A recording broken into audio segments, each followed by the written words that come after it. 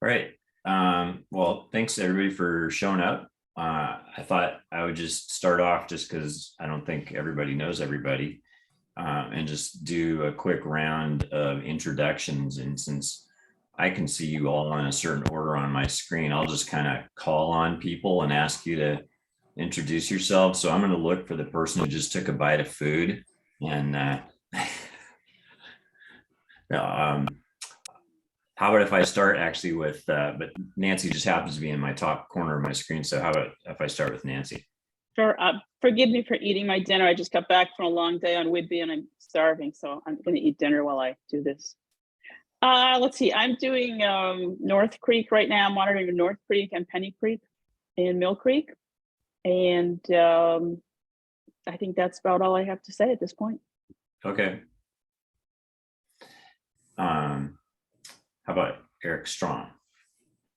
I'm handling supplies and doing north in Bothell and Horse in Bothell and Little Bear Creek in Woodinville and Chechville or Creek 0056 in Kent.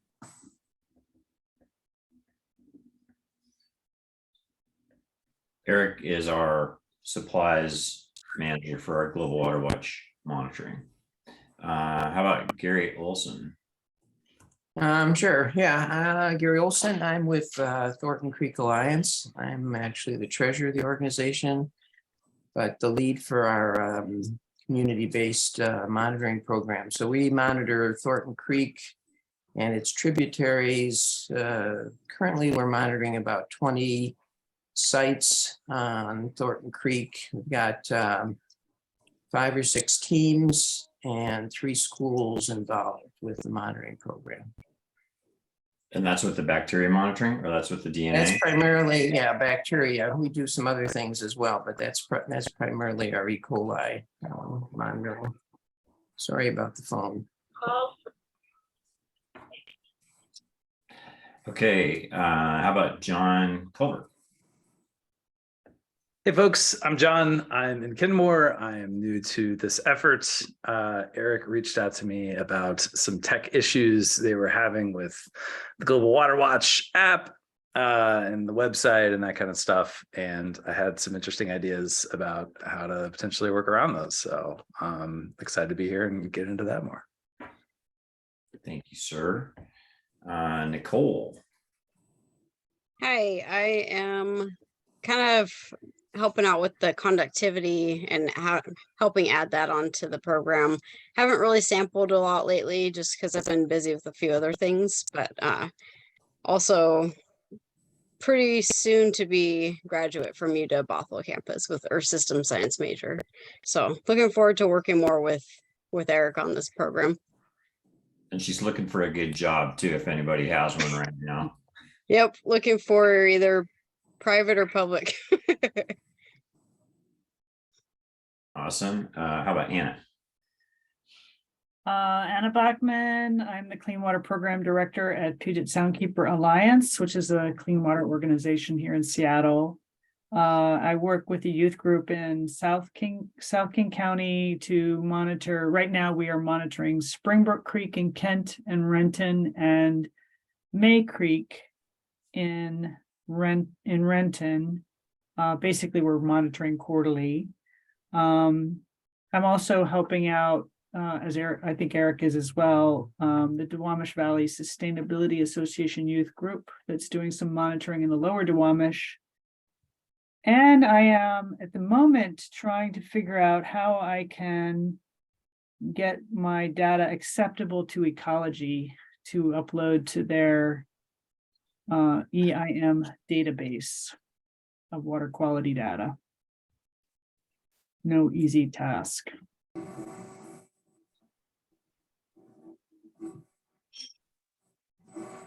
Thank you, Anna. How about Brian?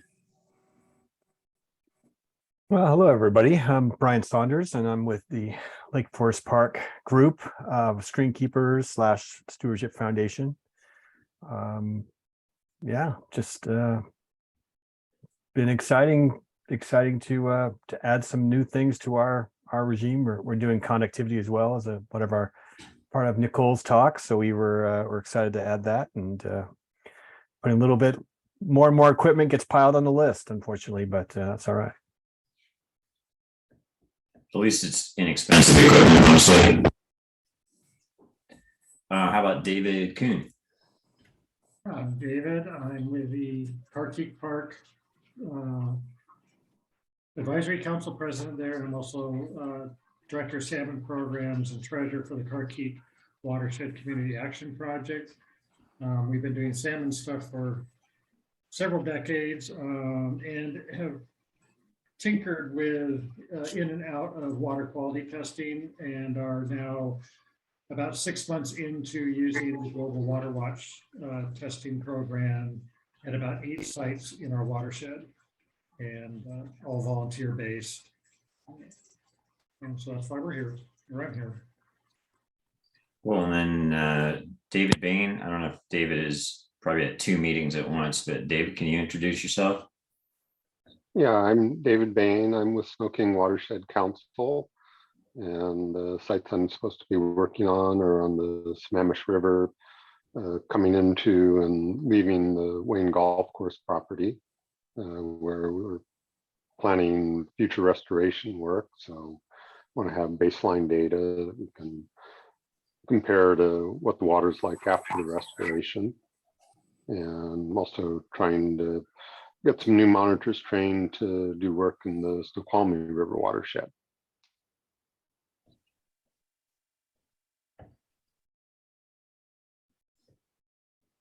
All right. Thank you, everybody. I think I got everybody. So basically the reason why I've got a couple of, I put out an agenda, but my kind of hidden agenda, or my agendas of this evening were so I'll just set the stage. I'm going to be out of town starting April 4th for about 5 weeks. I'm taking a trip to India. I'm going to be kind of off the radar for a bit. And if you look up Rickshaw Run India, you can look up the bizarre event that I'm going to be on. It's going to be fun. But anyways, I wanted to kind of get some balls in motion, and just kind of hear from program partners and people who are active in the program. Getting some perspectives on what we want to do together this year, some things that your program might want from us. And when I say your program, I feel like we're all part of a collective effort here, but what specifically, like say, like Forest Park Streamkeepers or Puget Soundkeeper or Carkeek Watershed Community Action Project, et cetera, kind of need from us or plan to do this year, or that we could do in tandem. I wanted to just kind of lay out some ideas that I had for some training classes and see how that would fit with what you're doing. Touch on the database issues and just the overall topic of data management and reporting.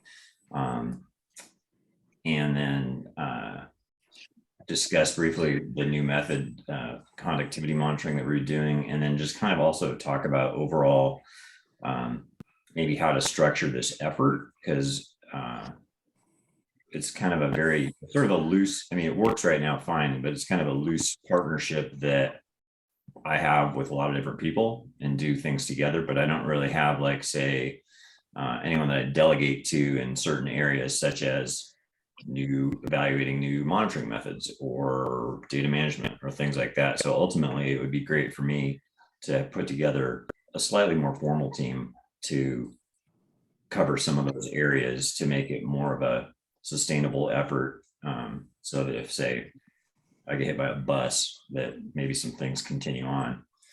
So but it's pretty informal. That was kind of my thoughts for this get together. So if you guys have other things you want to talk about or add, feel free to chime in on those things. In fact, if you have anything else right now, agenda wise or different, that you want to add, just call it out right now. If not, I'll just add a side note that Anna, I need to talk to you about DVSA. but we don't have to do it right at this exact meeting. But I do need to follow up with you maybe via email or phone call tomorrow. So I guess maybe just to start off, does anybody like have any perspectives on how we're doing stuff right now? What do you see as like working well, supporting you well, things you'd like to add, things that you might suggest we change, anything like that? And I could always, maybe I'll call on some people, like, how about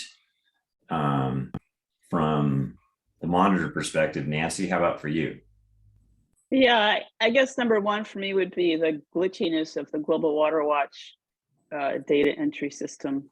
I mean, it didn't work for me for a year with my station, so I had to hang on to my data for a whole year. I also just feel like the way it's displayed, it kind of looks like a website from 1993 or something, and it's not it's not something that I feel like I could deliver to stakeholders in the community. I would have to take the data and make it look a lot better. So I don't know if there's another place for us to enter our data that would be a little bit more sophisticated. I also feel like I don't really have any idea about who else is doing North Creek and what their data look like. I don't know that I can access it quickly. Maybe I can, I just don't know where it is. But I'd like to be able to look at all the data along North Creek. So those are two things that I think I am concerned with. Well, those are good things to bring up, and that's a good perspective from the monitor perspective. And that's one of the reasons why I reached out to John here, who's kind of I don't know how to best characterize him, but sort of he does tech stuff, websites, data management, those type of things. I happen to know him because he's also active in my community in Kenmore in environmental issues. And so he just occurred to me as a good person to reach out to. So how about Brian, from your standpoint with the Stewardship Foundation and the Oh, street? I think I'm going to echo a lot of what Nancy has just said, but more importantly, what I'm trying to do is with the Stewardship Foundation website is to get some of the data that we collect linked so that people in our community can be at our website and be able to connect pretty easily to these data points. And I'm really excited to hear what John has to say, because I really like something that would be more of an interactive kind of map for people to kind of look at and say, hey, let's look at temperature and see what's going on with that, and be able just to kind of work their way through that.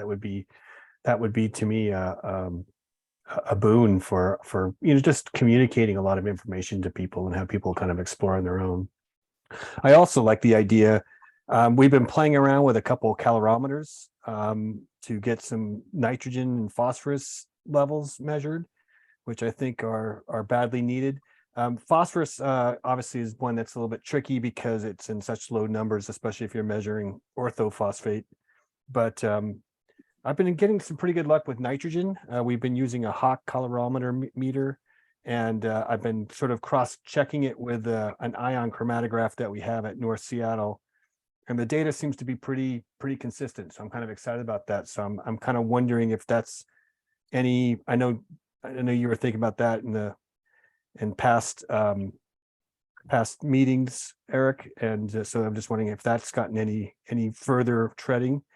And gosh, if I really had to reach my dream, it would be to get more DNA samples going and doing more metagenomics. So all that stuff is things that I'm kind of looking forward to the future to see what we can do.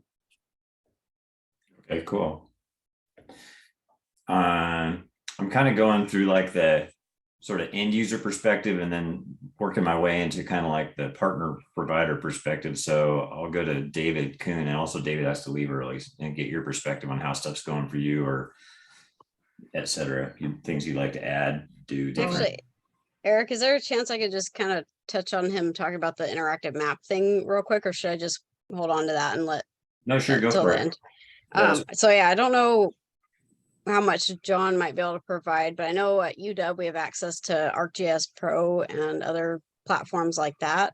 So I don't know if there's a chance I could try looking into just those resources and taking remote sensing of the environment for spring quarter too. So I have a professor that I can talk to and see what kind of, because I know using ArcGIS Pro would be very expensive for this kind of organization, but maybe they have an idea of what kind of low cost or other avenues to make some kind of mapping for the organization. There's also story maps as well that I'm not sure. Again, I just got introduced to that concept recently, but there's a lot of maps that you can create yourself and then have it in this story maps format. But it's one page of, I guess, like one general link to this story map, and then you go through the information. So that might be something, but again, I'm not very techie myself, so John might have better ideas. But that's just something that I know would be along the lines of sort of that, just providing information and having maps on there that may be interactive. But anyways, I just wanted to touch on that because I'm getting really into the GIS stuff. So that would be a fun project for me to try to look into as well. So I'm going to call on Anna. Let me also mention, we put in and got some kind of nonprofit membership for Esri, which does ArcGIS. So we have that membership. I just haven't done anything with it yet, but we have some kind of subscription. And I'm going to call on Anna because Anna actually has experience with, I think, both these things. Yeah, I was going to ask, we have now through the Waterkeeper Alliance, of which we're a member, we have an account on Esri. So I've got a professional like a GIS Pro account. We haven't been actually using it for our water quality data.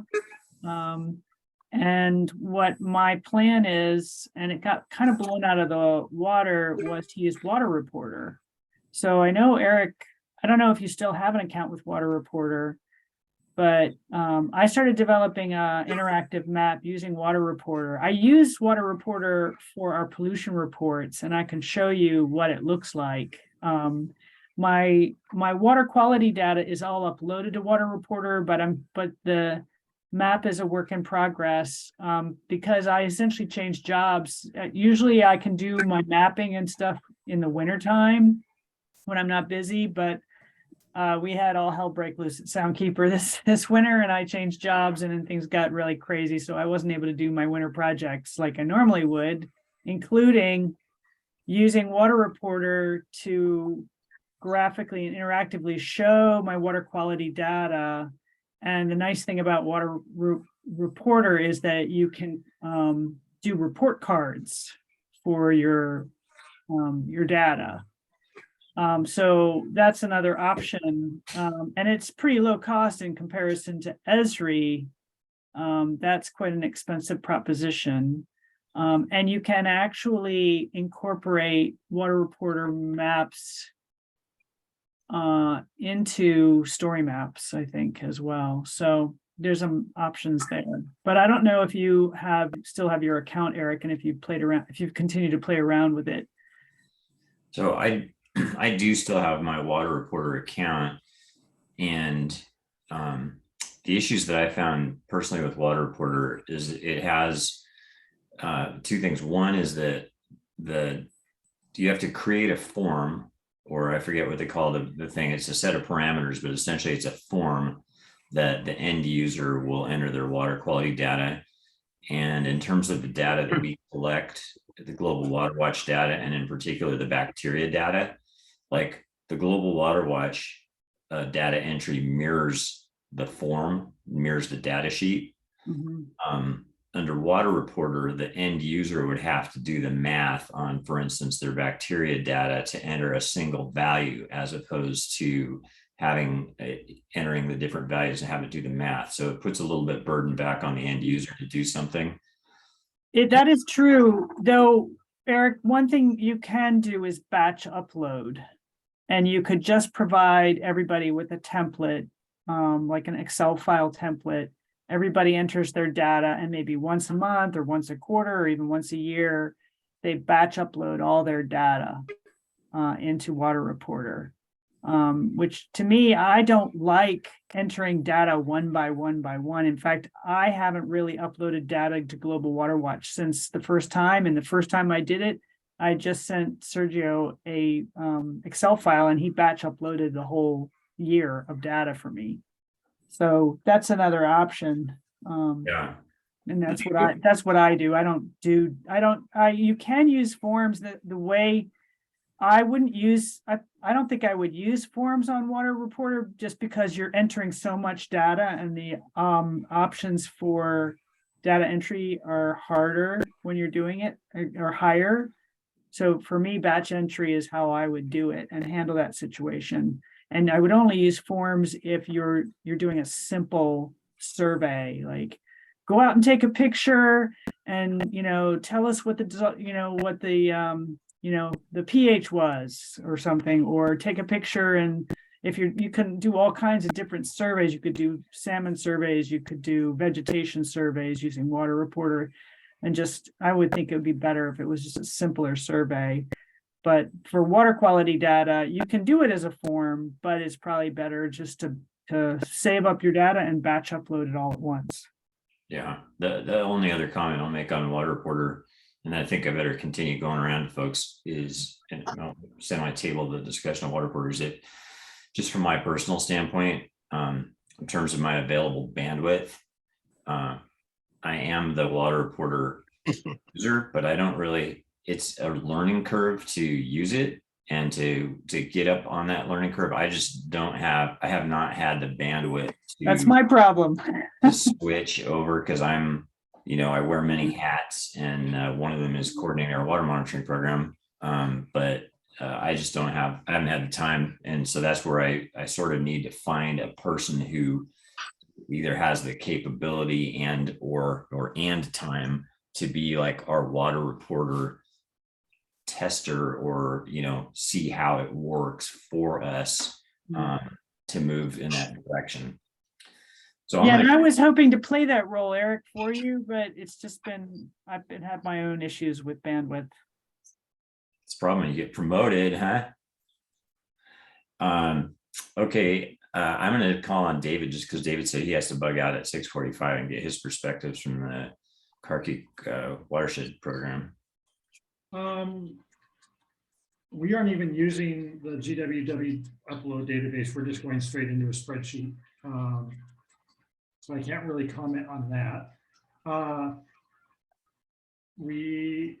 big thing is, Eric and company provided us the training and has provided us with the equipment to do the testing and start our program.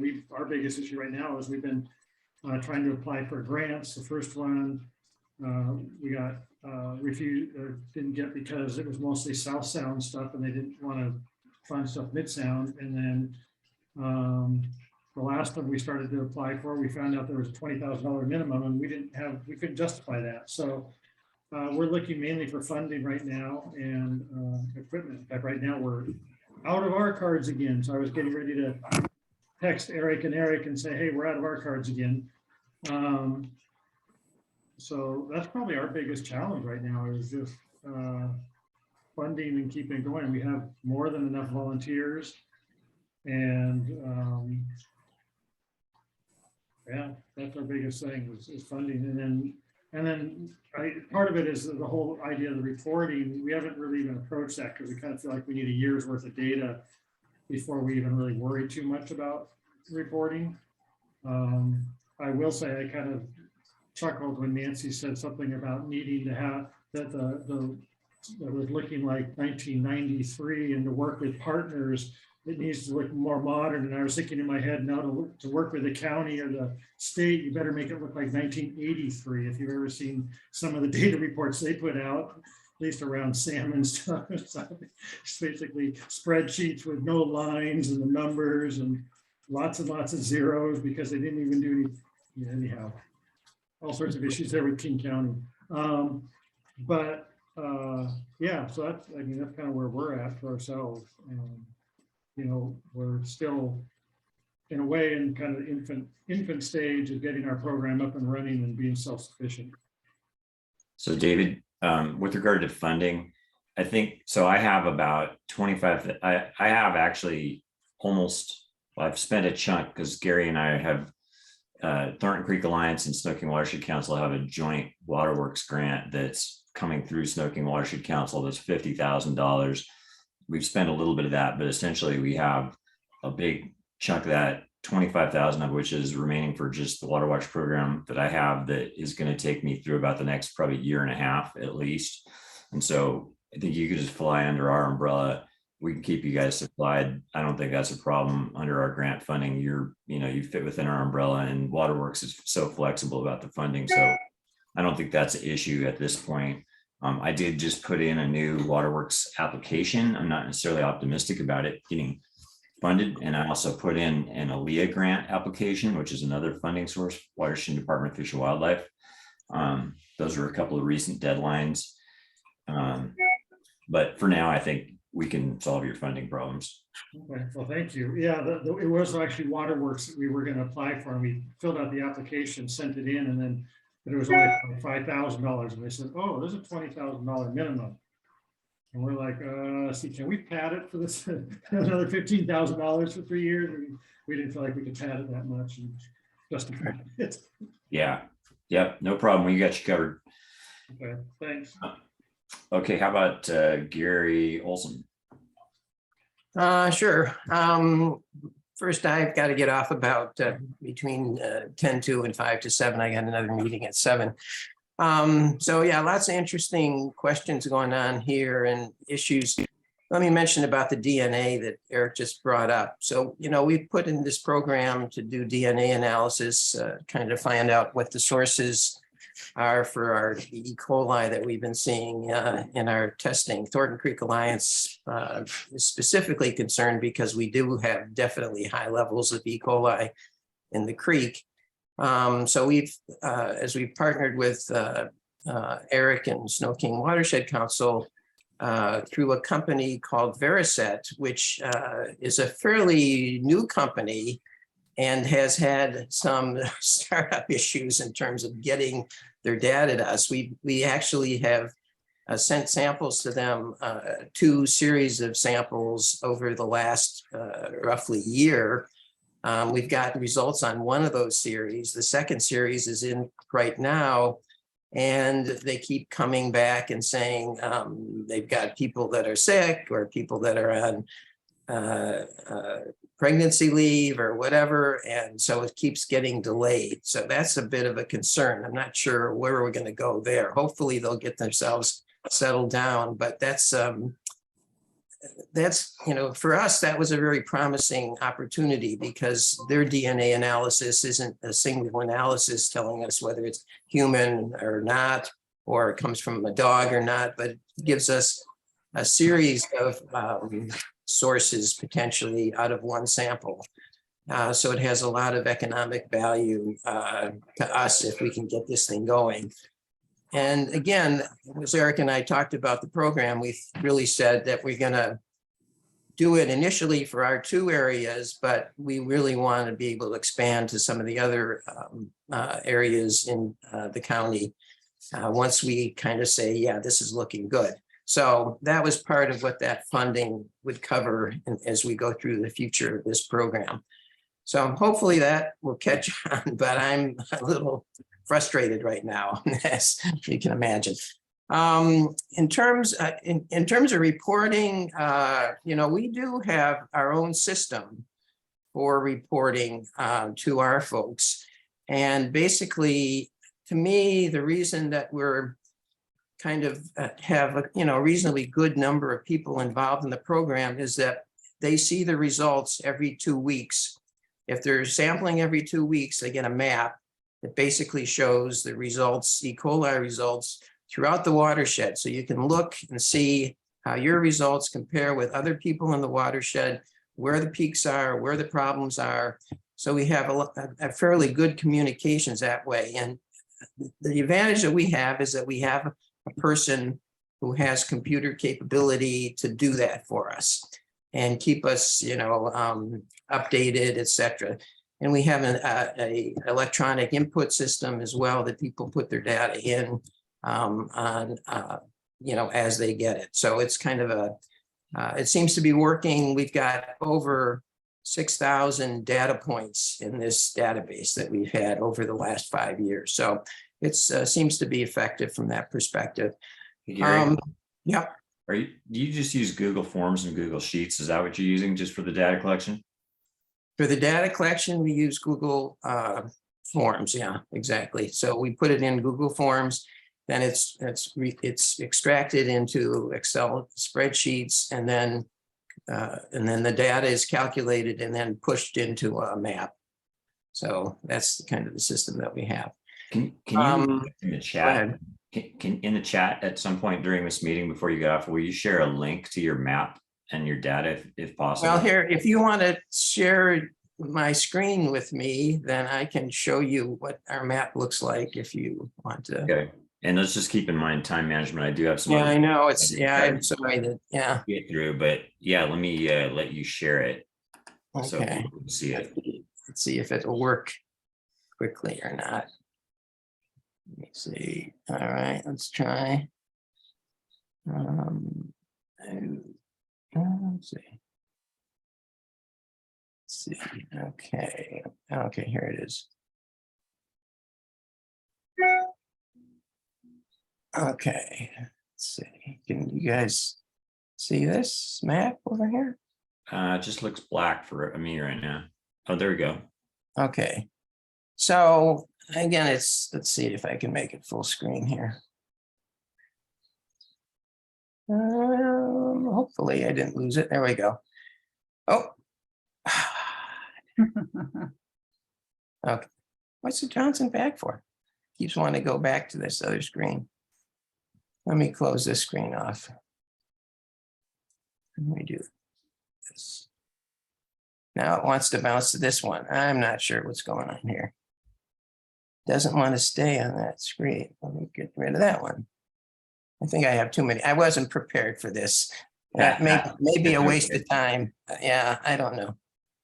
Well, Yeah, if you bring it up, you can always send Yeah, us it keeps wanting to bounce back. Anyway, yeah, so I can send you a screenshot of our maps, etc. There's no link, we basically send it out as a attachment every 2 weeks when we're doing our monitoring. So it's not a link per se, but I can send you out what that is. Anyway, Can you go ahead. stop screen sharing? Yeah, sure. Too many things going on. Sorry about that. But the point is that, that seems to be an effective way and people enjoy that. And then we also do our quarterly meetings, which allows us to share the data with everybody that's involved with the program, plus the people that are interested in kind of seeing what's kind of going on.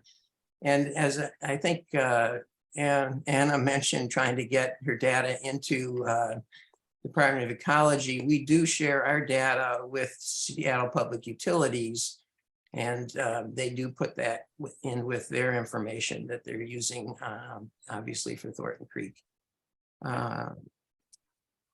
We are started to do some conductivity measurements. Again, the tool is so cheap, it's kind of silly not to do it. Our card work, people have embraced that. And one of the things, Eric, that you see and I see on it is the cost is significantly less. So the amount of money that we need is, that we've gotten from our grant, which was based originally on the original micrology system, is going to take us even further than we had expected it to previously. So we have funds that we can use as well. Anyway, I'll stop there because other people have things to say. Okay. We call in a couple other folks, just kind of perspectives and what's up with your program. I don't know if Eric Strom, do you have anything else that you want to chime in or add about or what's going on? Not really. I'm very interested in what's going on, but no, I don't think so. Okay, cool. How about Nicole? Did you want to chime in anything? No, I think so far just the the GIS stuff is really interesting to me, and I'd really like to look into that more for the organization. Cool. And then Nicole's helping us do she's gonna brief me, which should be pretty easy, on the conductivity meter that we're gonna get and provide to our monitors. How about David Bain, anything you want to chime in on?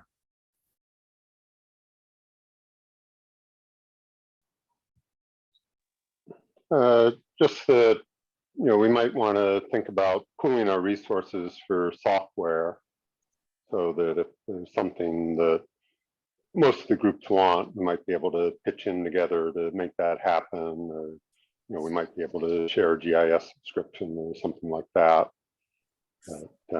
Maybe putting together a common form for data entry and a common display format for results, so that we're not dependent on Global Water Watch for that.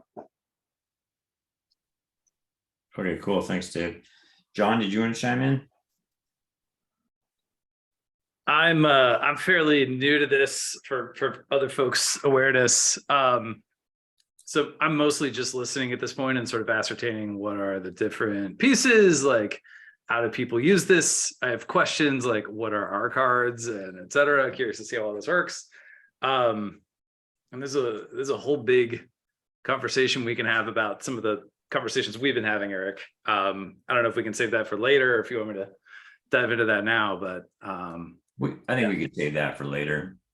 But I'll just say, John, I reached out to John. He has a perspective on all these different issues that we're talking about, these sort of database management, display, sharing issues. And he and I have a meeting set up with Global Water Watch in a week or two to kind of talk about their database issues. But I'm kind of getting the impression from most people, I think Global Water Watch's perspective is they might like us to help patch up their existing system. And interestingly, John is a Auburn alum. Global Water Watch is out of Auburn, so nice tie in there. Could be.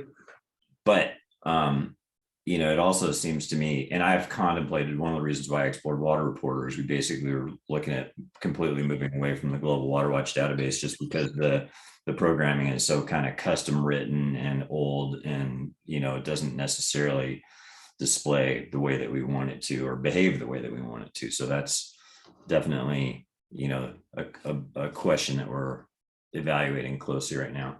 Well, let me just touch briefly on kind of my thoughts on training plans. So in terms of just basic water monitoring, I have a couple of trainings coming up. So as you guys probably know, I originally had some training dates planned for like the 4th and the 11th, and I didn't really have a lot of call for those, but I'm working with the group, the Edmonds College Green Team, on the 20th. And then there's a handful of monitors that are going to be monitoring in Kirkland. They're going to jump in on that training.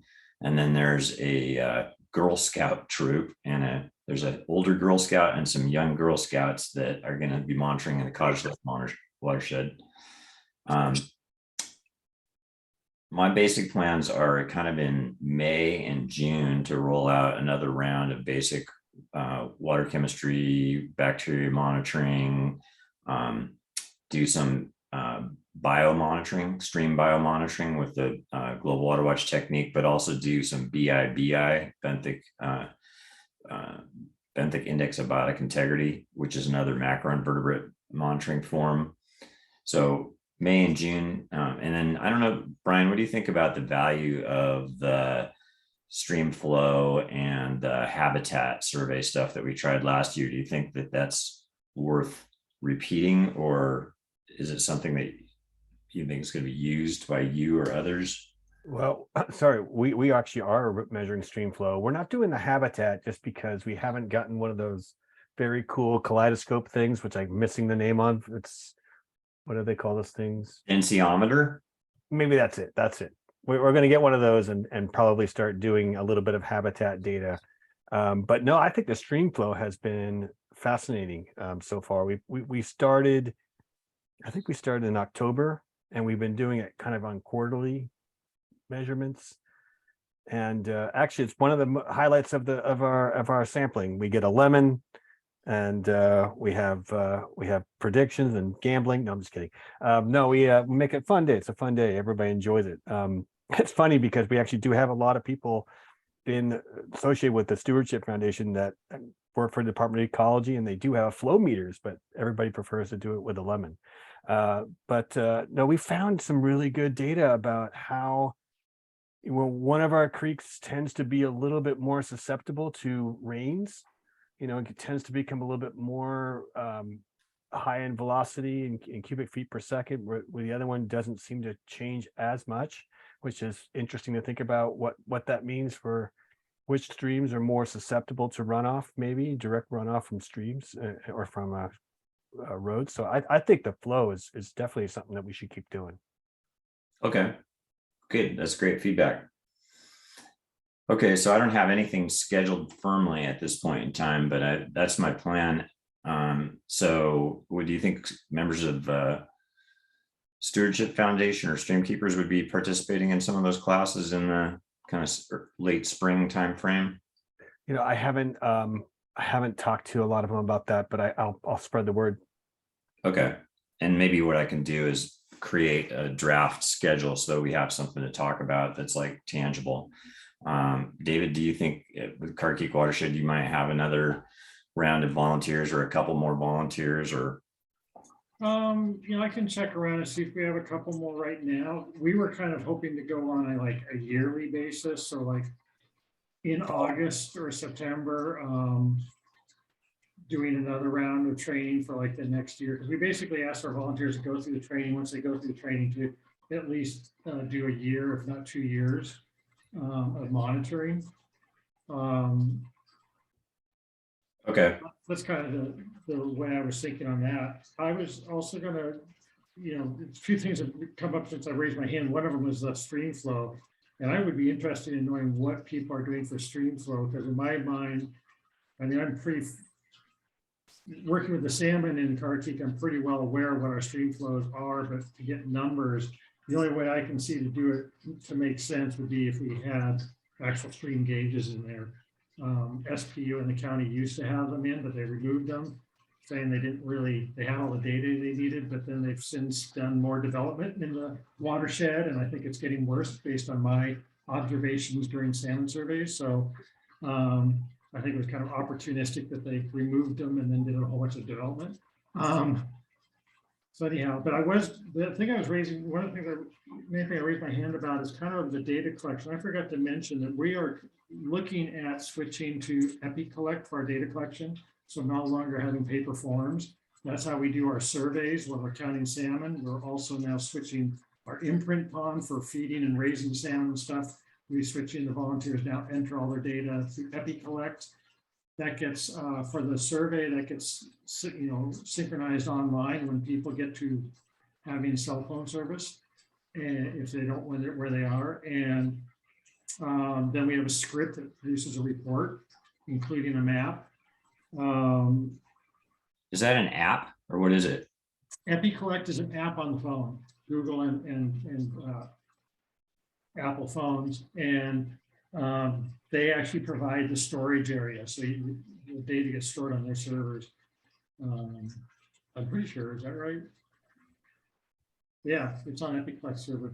And then we have a script, like I said, we had a person create a script that creates one report. And now we're looking at doing another. Right now, the pond stuff, we just have quote scripted to go out into a more readable Excel spreadsheet. That's generally how we look at the pond data. We then do summaries at the end of the season. But we're looking at, we've talked about doing that for the water quality, so we don't have to keep printing out sheets and such. And the other thing on that is people keep talking about mapping, and I can't speak to this directly. I don't remember the program, but Troy, who's with our organization and doing the water testing and stuff, is a landscape surveyor and works with a lot of different programs. And he had 2 different programs he was thinking of recommending. In fact, one of them he was going to recommend that the Seattle Watershed Alliance uses for mapping of our various watersheds and doing layers on. So, and that one he was looking at, they actually have versions that you can get for, if you're a nonprofit, you can get either free or discounted. So that's one thing to look at. Now, I would have to talk to Troy on what those mapping programs were. I don't remember the names. Okay, I'll follow up with you on that, or maybe you can send me some info when you, after the, the next coming period. Okay. Eric, can I just add one last quick thing? David brought something up that I forgot to mention. When we did our stream flow, we did it with a flow meter and with the, just by the method that you teach, and they were within 2% error of each other. So it's pretty good. They really matched up well. Well, the reason I was saying flow meter is I want a flow meter with a data logger to do like 24 hours, 24/7, because our streams vary so much with rain. I mean, we're Northwest Seattle. We're, what, probably 70+% impervious zones. It's so, it drizzles and we see a change in the water levels. Yeah, David, I don't know if you're like me, but I was salivating over the hobo data loggers that you put right in the stream, the temperature, oxygen, stream flow. That would be amazing. Yeah. All right, I need to go to another meeting. Thank you. Okay, thanks, David. I think Gary also needs to take off here. We're going to wrap up pretty quick, but Anna, I wanted to just touch base with you. What about Lost Urban Creeks, UTB, DVSA? Do you have any? I just put something in the chat to you about it. I'm trying to pin Terrell down, which is always a challenge. But I'm thinking we'd probably like to do something in July, August range. Potentially even into September, but most likely more likely August.